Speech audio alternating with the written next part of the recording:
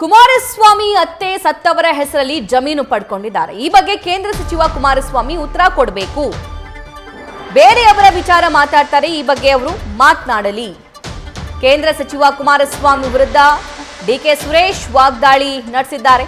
ದ್ವಂದ್ವ ಹೇಳಿಕೆ ನೀಡಿ ಜನರನ್ನ ಯಾಮಾರಿಸುವಂತಹ ಕೆಲಸ ಕುಮಾರಸ್ವಾಮಿ ಅವರು ಮಾಡ್ತಾರೆ ಅಂತ ಹೇಳಿದ್ದಾರೆ. ನಾನು ಕುಮಾರಸ್ವಾಮಿ ತರ ಲಾಯರ್ ಅಲ್ಲ, ಬಣ್ಣ ಕಟ್ಟೋದಕ್ಕೂ ಬರಲ್ಲ.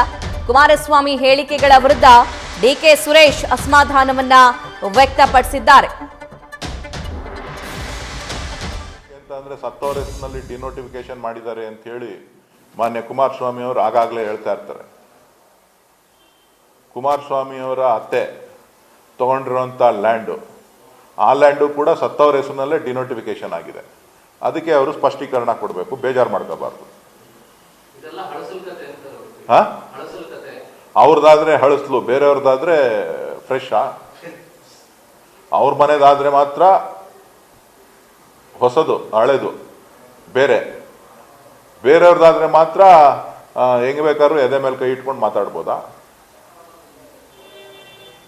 ಸತ್ತವರ ಹೆಸರಿನಲ್ಲಿ ಡಿನೋಟಿಫಿಕೇಶನ್ ಬಗ್ಗೆ ಅನೇಕ ಬಾರಿ ಪ್ರಸ್ತಾವನೆಗಳನ್ನ, ಟೀಕೆಗಳನ್ನ ಮಾಡಿದ್ದಾರೆ.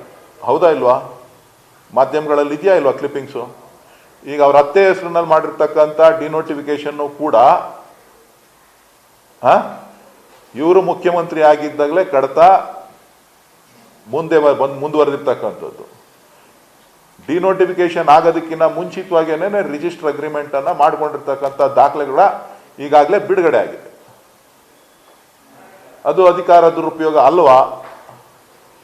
ಏನಾರ ಮಾತಾಡಕ್ ಹೋದ್ರೆ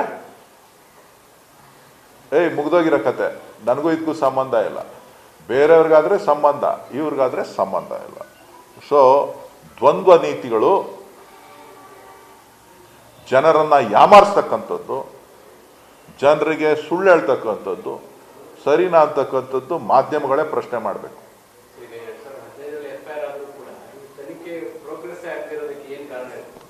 ಗೊತ್ತಿಲ್ಲ, ನಾನು ಇಂಟರ್ನಲ್ಸ್ ಎಲ್ಲ ನನಗೇನು ಗೊತ್ತಿಲ್ಲ. ನನಗೂ ನಿಮ್ಮಂಗೆ ಸೋಷಿಯಲ್ ಮೀಡಿಯಾದಲ್ಲಿ ಮಾಹಿತಿ ನೋಡಿದ್ದೀನಿ, ಕೆಲವು ದಾಖಲೆಗಳು ಪ್ರದರ್ಶನ ಆಯಿತು, ಅದನ್ನು ನೋಡಿದ್ದೀನಿ. ಅದರ ಮೇಲೆ ನಾನು ಹೇಳ್ತಾ ಇದ್ದೀನಿ ಹೊರತು ನಾನು ಅಡ್ವೊಕೇಟು ಅಲ್ಲ, ಕುಮಾರಸ್ವಾಮಿ ಥರ